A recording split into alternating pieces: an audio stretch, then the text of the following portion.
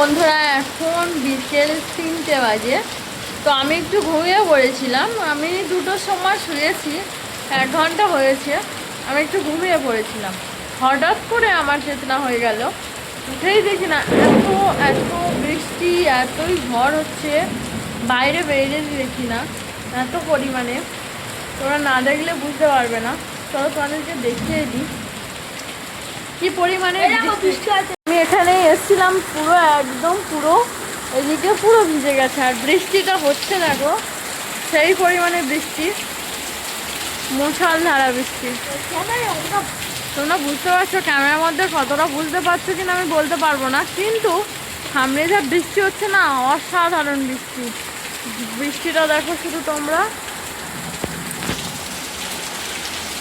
আর তোমাদের দাদাভাই তো আজকে অনেকদিন পর কাজে বেরিয়েছে, হঠাৎ আজকে তো প্রায় 5 মাস পর আজকে কাজে বেরিয়েছে। এখন ওকে ফোন করিনি, ও এখন রাস্তার মধ্যে আছে, তাই ওকে আমি এখন ফোন করব। কোথায় আছে এখনও আদৌ আমি জানি না।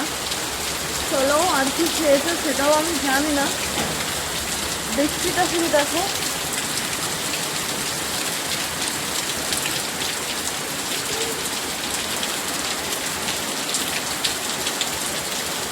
আর আমি একটু বাজারে যাওয়ার আছে আমার, কারণ আজকে পূর্ণিমার বাড়ির পুজো আছে, তার জন্য বৃষ্টিটা থামলে তারপর যাবো। আর তোমরা বুঝতে পারছো কি না, রাস্তার মধ্যে দেখো পুরো জল বেঁধে পুরো ইয়ে হয়ে গেছে, রাস্তা ডুবে গেছে।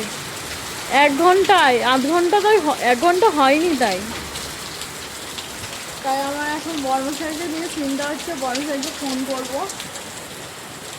দেখি,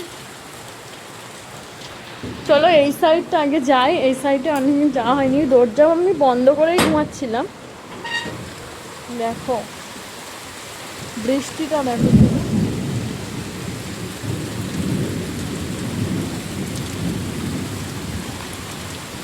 রাস্তায় কোনো মানুষই নেই, এত বৃষ্টি কে থাকে।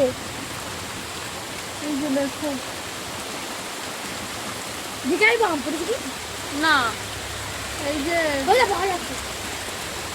বলতে না বলতে তোমার দাদা ভাই এক্ষুনি এখান থেকে গেল, মানে জয়নগর থেকে জামতলা গেল এক্ষুনি। আর এক্ষুনি আর ফোন করবো না, মানে কিছুক্ষণ পর ফোন করবো। এত বৃষ্টি হচ্ছে, বলবো বাড়িতে চলে আসছে। এই যে এই মাত্র এখান থেকে গেল।